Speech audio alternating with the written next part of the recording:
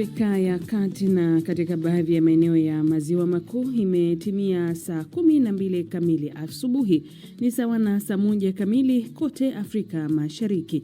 Hujambo msikilizaji, Jumatano leo ya Mei 6 mwaka 2026. Mimi ni Skola Kisanga na karibu katika Amka na BBC. Katika matangazo ya Amka na BBC asubuhi hii, Rais wa Marekani Donald Trump watangaza kusitisha operesheni ya kusaidia meli kuvuka mlango bahari wa Hormuz. Hispania imesema meli ya Uholanzi iliyokumbwa na mlipuko wa virusi vya hantavirus itaruhusiwa kusafiri hadi visiwa vya Canary. Na tunaangazia nini hasa kinachangia zaidi ongezeko la magonjwa yasiyoambukiza duniani. Magonjwa haya kwa ukubwa yanatokana na kubadilisha mtindo wa maisha. Awali miaka kama 15 mpaka 20 na kurudi nyuma, ilikuwa inaonekana kama ni magonjwa ambayo ya watu wa magharibi.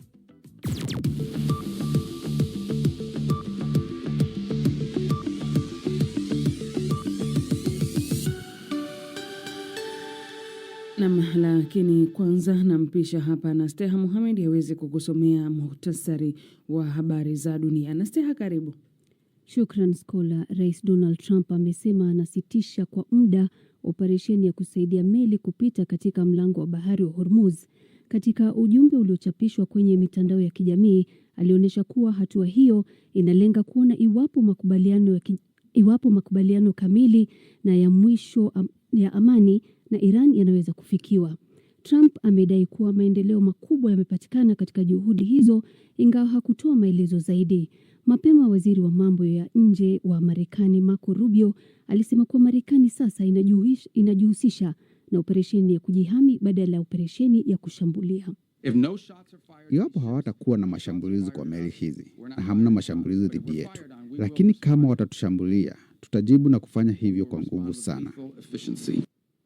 Serikali ya Uhispania imesema itakaribisha meli ya kitalii ya Uholanzi iliyokwama karibu na pwani ya Cape Verde kwa kuzingatia sheria za kimataifa na msingi ya kibinadamu.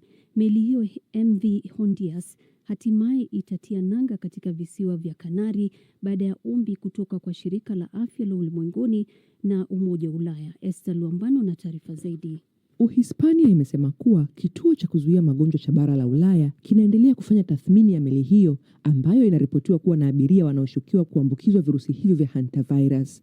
Kwa mujibu wa taarifa hiyo, wagonjwa walio katika hali mbaya zaidi watatambuliwa na kuhamishwa mara moja kwa ajili ya matibabu ya dharura, huku wengine wakipelekwa katika nchi za Ulaya kwa uchunguzi na uangalizi zaidi. Wizara ya afya ya Uhispania iliongeza kuwa pindi meli hiyo itakapowasili, wafanyakazi na abiria wote watachunguzwa, watapatiwa matibabu yanayohitajika na baadaye kurejeshwa katika nchi zao.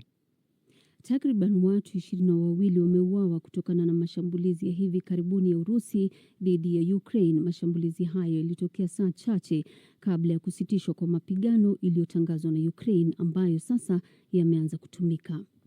Mamlaka kaskazini mashariki mwa Brazil inasema kijana mmoja mwenye umri wa miaka 13 amefyatua risasi katika shule na kuua wafanyikazi wawili na kujeruhi mfanyikazi mwingine pamoja na mwanafunzi mmoja.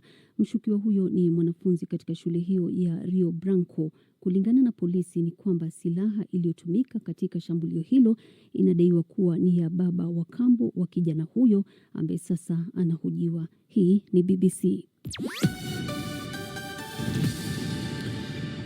Muhtasari wa habari za ulimwengu umesomwa kwako na mwenzangu Nasteha Mohamed akiwa studio zetu za Nairobi kule nchini Kenya. Unasikiliza Amka na BBC, msikilizaji, kutoka hapa idhaa ya Kiswahili ya BBC ikikutangazia kwenye FM na redio wa shirika. Ukiwa nchini Kenya unaweza kutusikiliza kupitia Nyota FM na Must FM. Kule DRC ni Elizada Radio na Radio Muungano Beni. Nchini Tanzania unaweza kutusikiliza kupitia Radio Kwizera kule Ngara, Zenje FM visiwani Zanzibar, Radio 1 Dar es Salaam, CGFM Tabora na pia Radio Free Africa kule Mwanza na Loliondo FM. Chini Uganda, Radio Lira, Radio Paidha, Radio Kitara na Voice of Busoga. Internet katika bbcswahili.com. Matangazo ya pia msikilizaji yanakujia moja kwa moja kupitia ukurasa wetu wa Facebook, rambaza tu andika BBC Swahili. Mimi ni Skola Kisanga. Rais wa Marekani Donald Trump amesema anasitisha operesheni ya kuzisaidia meli kuvuka mlango bahari wa Hormuz. Katika chapisho lake kwenye mtandao wa kijamii, alidokeza kwamba hii ilikuwa ni kuona kama makubaliano kamili na ya mwisho ya amani na Iran yanaweza kufikiwa. Trump anadai kuwa maendeleo makubwa yamepatikana katika suala hilo bila kutoa maelezo zaidi. Na Steha Mohamed huyu hapa na taarifa hiyo. Rais wa Marekani Donald Trump amesema kupitia mtandao wa kijamii kuwa juhudi za kidiplomasia kati ya Marekani na Iran zinaendelea, huku akibainisha kuwa hatua za awali zinaonyesha matumaini ya kufikiwa kwa makubaliano ya amani ya kudumu. Kauli hiyo inakuja wakati nchi ya Pakistan ikijaribu kuzipatanisha pande hizo mbili ili kufanikisha makubaliano ya kusitisha mapigano kikamilifu. Hata hivyo, hadi sasa ni duru moja tu ya mazungumzo ya moja kwa moja ambayo imefanyika na ilimalizika bila kufikiwa kwa makubaliano ya mwisho. Wakati huo huo, Rais Trump amesema kuwa vikosi vya Marekani vitaendelea kuweka vizuizi dhidi ya bandari za Iran kama sehemu ya hatua za kiusalama, huku akisisitiza kuwa Marekani bado iko tayari kwa njia ya diplomasia iwapo masharti ya amani yatakubalika. Kwa upande wake, waziri wa mambo ya nje wa Marekani Marco Rubio amesema operesheni ya pamoja kati ya Marekani na Israel dhidi ya Iran iliyopewa jina la Operation Epic Fury imekamilika baada ya kufanikisha malengo yake ya kijeshi. Matamshi ya Rubio yanawadia wakati ambapo waziri wa ulinzi wa Marekani Pete Hegseth kusema kwamba usitishaji wa mapigano bado hayajaisha. Iwapo hawatakuwa na mashambulizi kwa meli hizi na hamna mashambulizi dhidi yetu, lakini kama watatushambulia tutajibu na kufanya hivyo kwa nguvu sana. Wakati huo huo, Iran bado haijatoa majibu rasmi kuhusu kauli za Marekani. Hata hivyo, spika wa bunge la Iran Mohammad Ghalibaf amesema Marekani haiwezi kustahimili nguvu ya Iran, akionya kuwa usalama wa usafirishaji wa maji na nishati umeathiriwa kutokana na kile alichokiita ukiukaji wa makubaliano ya kusitisha mapigano. Katika upande mwingine, Umoja wa Falme za Kiarabu UAE umesema mifumo yake ya ulinzi wa anga imekuwa ikikabiliana na makombora na ndege zisizo na rubani kutoka Iran kwa siku ya pili mfululizo. Hali hiyo inaendelea kuongeza wasiwasi katika eneo la Ghuba. Mgogoro huu unaendelea kuchochea taharuki katika njia muhimu ya bahari ya mlango wa Hormuz, ambayo ni mhimili mkubwa wa usafirishaji wa mafuta duniani, huku juhudi za kidiplomasia zikijaribu kuzuia hali hiyo isigeuke kuwa mzozo mkubwa zaidi. Naam, shukran na Steha Mohamed. Nchi ya Uhispania imesema meli ya Uholanzi iliyokumbwa na mlipuko wa virusi vya hantavirus itaruhusiwa kusafiri hadi visiwa vya Canary. Wizara ya afya ya Uhispania inasema maafisa walikuwa wakiamua ni abiria gani wanaohitaji kuhamishwa haraka kutoka Cape Verde ambapo meli hiyo ilitia nanga. Anne Lindstrand ni mwakilishi wa shirika la afya ulimwenguni WHO huko Cape Verde. Kwa bahati nzuri, hali kwa wagonjwa hawa wawili walioonyesha dalili ni nzuri kwa kweli, na imekuwa shwari vile siku kadhaa zilizopita. Wamehudumiwa na mamlaka ya afya ya Cape Verde. Timu ya matibabu iliyo na vifaa imekuwepo kwenye meli mara kadhaa, kwa hivyo wameweza kutibiwa vizuri na kutathminiwa kwa mahitaji yao ya matibabu. Abiria watatu waliokuwa kwenye meli ya MV Hondias wamefariki dunia baada ya kusafiri kutoka Argentina katika safari yake ya kuvuka bahari ya Atlantic karibu mwezi mmoja uliopita. Wafanyakazi wawili ikiwa ni pamoja na daktari wa meli wanahitaji huduma ya matibabu ya haraka na wanasubiri kuhamishwa kimatibabu. Mtu wa tatu aliyedhaniwa kuwa ni raia wa Ujerumani alifariki pia, anatarajiwa kusafirishwa. Hantavirus kawaida huenezwa kutoka kwa panya, lakini shirika la afya ulimwenguni WHO imesema inaweza kuenea kati ya mtu mmoja aliyeambukizwa kwenda kwa mwingine aliye karibu naye, na kusisitiza kwamba hatari kwa umma ni ndogo sana.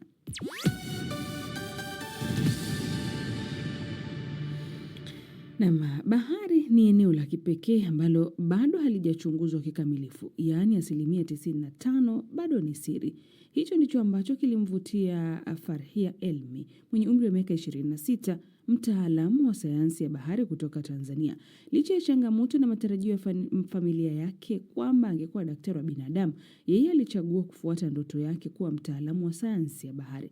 Leo kupitia kampuni yake anatoa ajira kwa vijana na pia wanawake, huku akihamasisha uhifadhi wa bahari. Kwake bahari si tu kazi, lakini ni tiba, mazoezi na maisha. Amesimulia mengi kwa mwandishi wa BBC Martha Saranga katika waridi wa BBC. Nadhani bahari ni kitu cha kipekee sana, ni kitu ambacho watu wengi hawakiangalii. Tunayo, lakini watu wengi wamechukulia kwamba ni kitu cha kawaida. Na mimi nadhani hulka yangu mimi ni mdadisi sana. Napenda kujua kwa nini kitu kipo hapa, kwa nini kiwe hivi.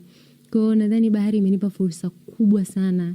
Kwa hiyo nilikuwa nasoma, nachukua kitabu hiki, nachukua kile. Kwa hiyo nikakutana na sentence tu inasema kwamba 95% ya bahari ni unexplored, yani haijawahi kuangaliwa. Sasa mimi hapa nikawa interested. Farahia, hizi video naziona hapa mtandaoni, unapiga mbizi katikati ya maji, unaandika. Hebu tueleze hii, tunaona kama vile unaandika, si unapanda. Naona hata watu wanakusemesha, wanakuuliza, gesi ikizimika, ilikuwaje siku ya kwanza? Actually, siku ya kwanza kabisa mimi kuogelea baharini, sikuenda na gesi. Kwa tulikuwa tunatakiwa kukusanya, tulikuwa ni interns, na kama ile kipindi cha field. Kwa nilivyokuwa nipo baharini, yani mara yangu ya kwanza kuvaa zile goggles zile kuangalia chini ya maji, mwalimu ilibidi aseme kwanza, angalieni mkishamaliza mje sasa tufanye kazi, kwa sababu mimi nilikuwa yani nilishangazwa, sijai kuona vitu vizuri kama vile. Lakini pia sehemu yenyewe tuliopelekwa sio kwamba ilikuwa ndo sehemu nzuri duniani kulingana na sehemu zingine zote nilizoona, lakini yani like for the first time kuona matumbawe, kuona nyasi bahari, vitu vyote, samaki chini ya maji. Kwa kweli it was like a dream. Na baada ya hiyo siku nikasema mimi nataka kujua kuogelea, nataka kuwa influencer kwenye mambo ya bahari. Babangu hakuchukuliani, kwanza aliona kwamba nishapotea. Nani ataniajiri, nitapata wapi kazi, nitaishije, nafanya vitu ambavyo havifanyiki Tanzania. Lakini kwa upande mwingine mamangu, unajua kina mama wana roho nzuri sana. Alikuwa ana doubt lakini ananisupport. Lakini pia nadhani ilikuwa pia na mimi jukumu langu kuondolea ile hofu. Kwa vipi unakutana na changamoto kama mwanasayansi wa bahari wa kike na unazimudu vipi? Shawahi kwenda sehemu nikarudishwa na wavuvi. Tumefika kabisa kwa ajili ya kufanya training, kwenda kwenye maji. Nilikuwa tu kwa ajili ya kwenda kuwauliza wao maswali, mambo ya uvuvi na vitu kama hivyo. Lakini wao waliniambia sisi boti yetu haiwezi kupanda mwanamke. Nijisikia vibaya, siwezi kwanza kudanganya. Hapa ni mwanamke, haiwezi kupanda mwanamke. Kwa kina zaidi hapo baadaye kwenye tovuti yetu, lakini pia ukurasa wetu wa Instagram na Facebook BBC Swahili, tutakuwekea mahojiano hayo katika waridi wa BBC. Arsenali Oh yeah. Kwenzetu viwanjani. Na David Nkya wanasema kuimba kupokezana, sasa ni zamu ya Arsenal. Mradi ni timu ambayo inavaa jezi nyekundu, tuna shida. Hii ni wao wameweka huko. Hapana. Klabu ya Arsenal imetinga finali ya kwanza kabisa ligi ya mabingwa Ulaya ndani ya miaka 20, huku bao la Bukayo Saka likitosha kwa Serie the Gunners kuishinda Atletico Madrid kwa jumla mabao 2-1. Kikosi cha Mikel Arteta kilitoka katika hatua ya nusu finali dhidi ya mabingwa wa msimu uliopita Paris Saint-Germain, lakini bao la Saka lilihakikishia kwamba sasa hawarudi makosa hayo. Kwa jumla kwa matokeo ya 1-1 baada ya mkondo wa kwanza, sasa Arsenal inakwenda kuchuana na bingwa kati ya wanaocheza leo PSG ama Bayern Munich, ambayo mchezo wa kwanza uliisha kwa magoli 5-4 scorer. Ina maana magoli 9 alifungwa kwenye mchezo mmoja. Wakoza kileleni pale wanapunga tu pepo. Yes, sasa leo kati ya PSG na Bayern Munich atakwenda kucheza na Arsenal kwenye finali.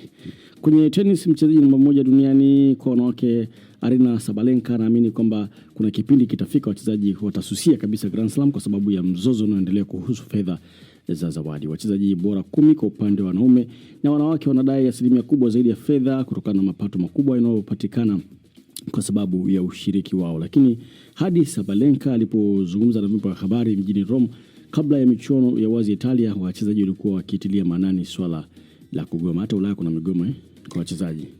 Alafu kitu ambacho nimemwona Serena Williams katika Met Gala, nikajiuliza kweli kwenye maisha kila kitabu na zama zake kabisa, kwa sababu saizi sio yule tena kabisa, ndio maana yake.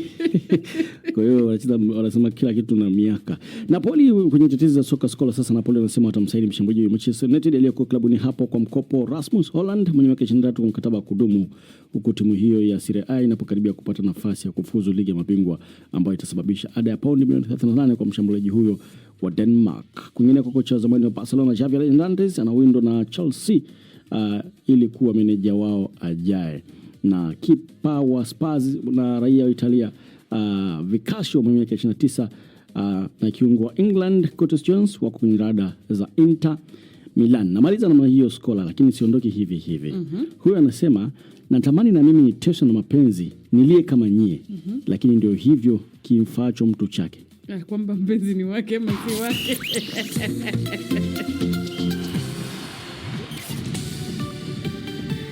Matangazo ya asubuhi, msikilizaji ya Amka na BBC. Hii ni idhaa ya Kiswahili ya BBC. Habari kuu asubuhi ya leo ni kwamba rais wa Marekani Donald Trump ametangaza kusitisha operesheni ya kuzisaidia meli kuvuka mlango bahari wa Hormuz. Hispania imesema meli ya Uholanzi iliyokumbwa na mlipuko wa virusi vya hantavirus itaruhusiwa kusafiri hadi visiwa vya Canary. Na tutaangazia nini kinachangia zaidi ongezeko la magonjwa yasiyo ya kuambukiza kote duniani. Hii ni BBC.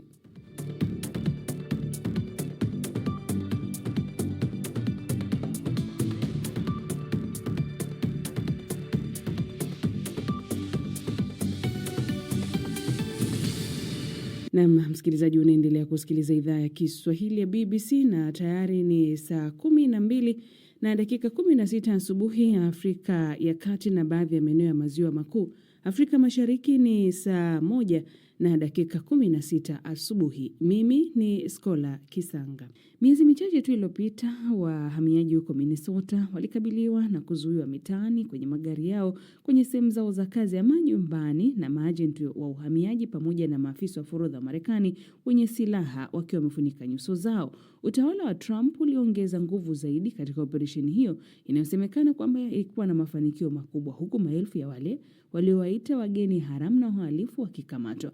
Lakini ukandamizaji huo umeacha makovu makubwa katika jamii nyingi, huku baadhi ya watu wakienda mafichoni kukwepa kukamatwa na wengine wakiachwa kwamba wakisubiri matokeo ya wapendwa wao waliowekwa kizuizini. Mwandishi wa BBC Bushra Mohamed amesafiri hadi jimbo la Minnesota kuzungumza na jamii ambayo bado ina maumivu na wanaishi kwa hofu. Taarifa yake inawasilishwa na Phyllis Mwatee.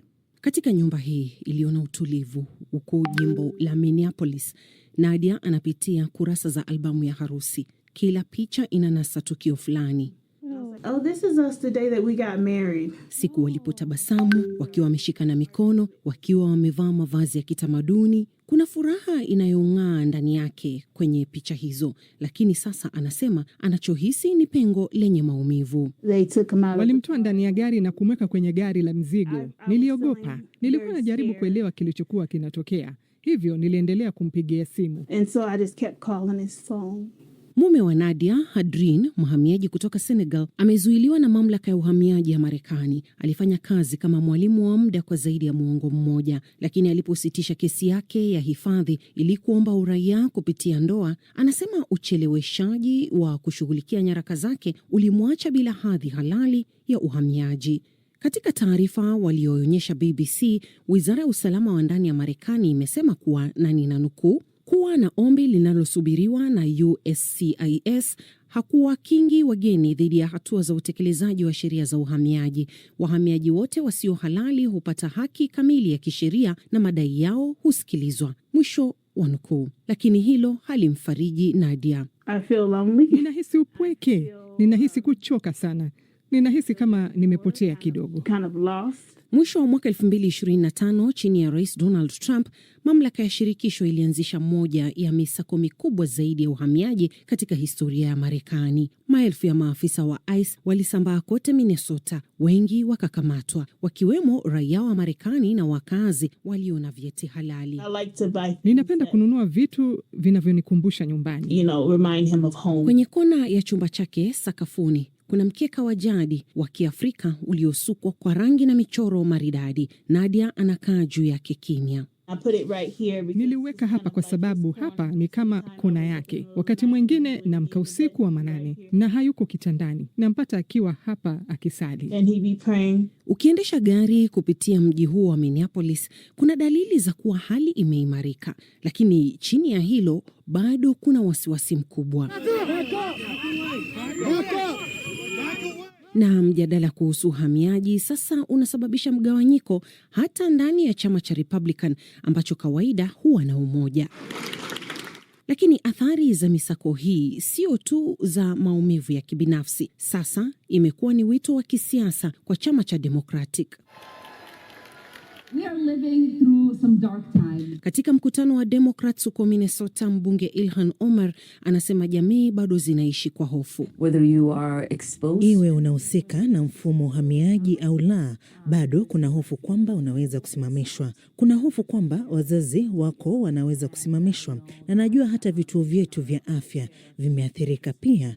Vinakumbana na uwepo wa maafisa hawa wa ICE hospitalini na vituo vingine vya afya. Katika jengo la bunge la jimbo la Minnesota, nilikutana vilevile na seneta wa Republican Jim Abler. Nadhani sera yetu ya kitaifa ya uhamiaji iko katika hali mbaya. Jimbo limejaribu kutafuta njia mbadala na hapo ndipo kunakuwa na sintofahamu. Hilo linafanya mambo kuwa magumu zaidi. Kwa miongo kadhaa, sera ya uhamiaji imekuwa katika hali mbaya. Lakini ukweli kwamba haijarekebishwa umetufikisha hapa tulipo sasa. Na hii ni hali ya kufeli kwa pande zote mbili za kisiasa.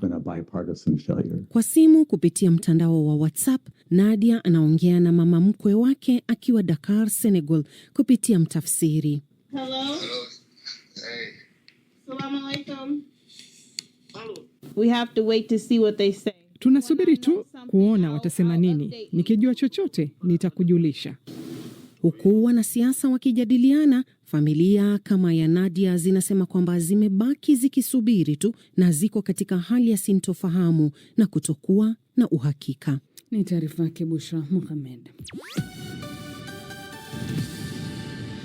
Na huduma za afya duniani zinazidi kupiga hatua. Sasa ina mpya dawa ya saratani inayodungwa ambayo ni dawa inayouzwa zaidi duniani, inatolewa kwa maelfu ya wagonjwa kote Uingereza. Hii inaweza kubadilisha muda mrefu wa matibabu kwa hadi 90%. Mwandishi wetu wa habari za afya Jim Reid ana maelezo zaidi katika taarifa hii inayowasilishwa hapa na Victor Kenani. Njia ambayo saratani inatibiwa imekuwa ikibadilika kwa kasi katika muda wa mwongo mmoja. Stephen Friend yuko hapa kwa ajili ya matibabu ya kinga mwili, yani immunotherapy ya saratani ya ngozi. Kabla ya sasa, dawa hiyo ilitolewa kwa njia ya mshipa, jambo ambalo lingewachukua muda wa saa moja au zaidi kila mwezi. Sasa dawa hiyo inatolewa kama sindano na inachukua muda wa dakika chache tu. Nimekuwa nikitafakari kuhusu jambo hili.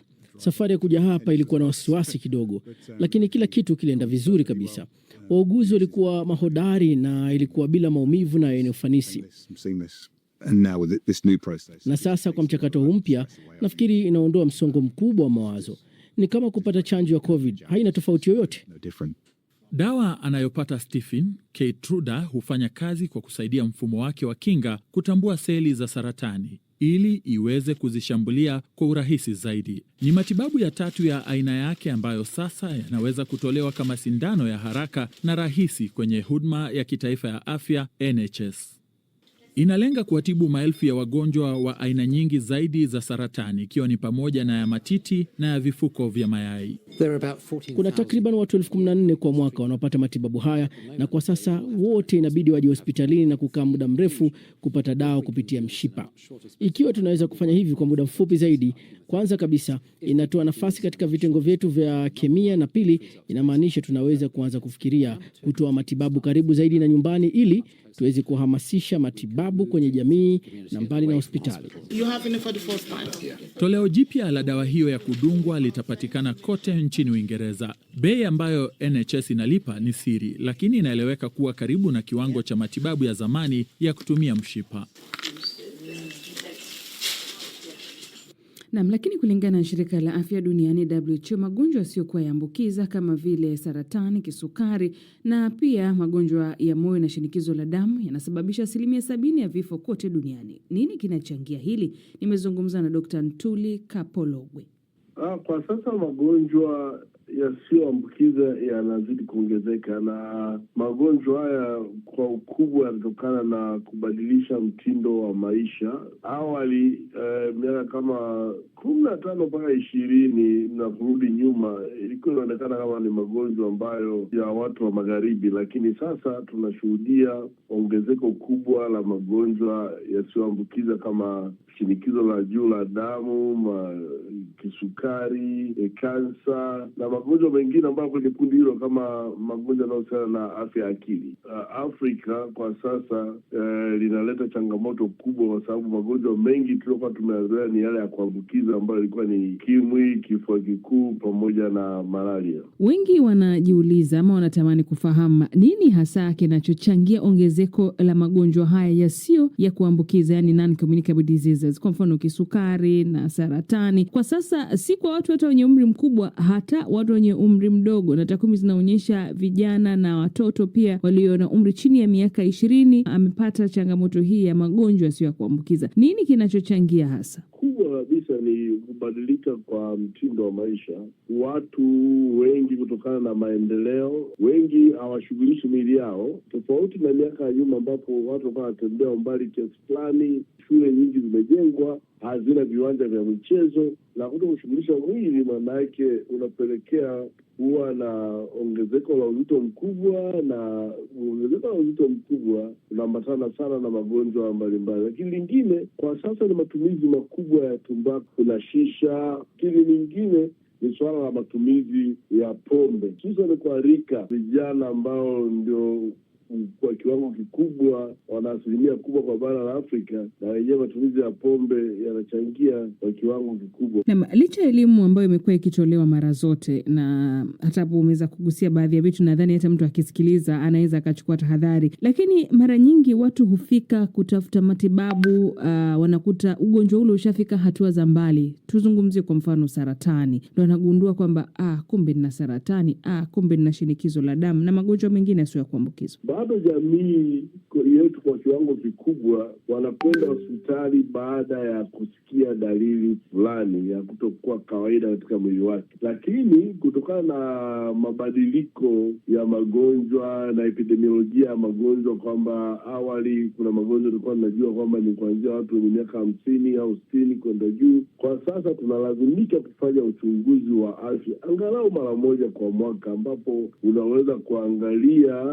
shinikizo la juu la damu, unaweza kuangalia kiwango cha sukari katika damu. Lakini ukiachia hivyo, unatakiwa pia uangalie au kuskrini kwa magonjwa ya saratani, hususan saratani kama za mlango wa kizazi kwa wanawake, pamoja na saratani za matiti kwa wanawake pia. Kwa mfano, saratani nyingi ikiwa katika hatua ya kwanza huwa inatibika, nyingine mpaka hatua ya pili, lakini baada ya 3 na 4 inakuwa ni ngumu sana kutibika. Lakini pia kwa magonjwa mengine kama shinikizo la juu la damu inakuhitaji kuweza kubaini mapema, kwa sababu ndio hapo ni rahisi kuweza kupata ugonjwa kama kiharusi. Unasikia watu wanaanguka bafuni, au walikuwa wanatembea barabarani, au walikuwa wanaendesha gari. Hiyo ni vitu miongoni mwa vitu ambavyo tunaweza kuvihamasisha sana.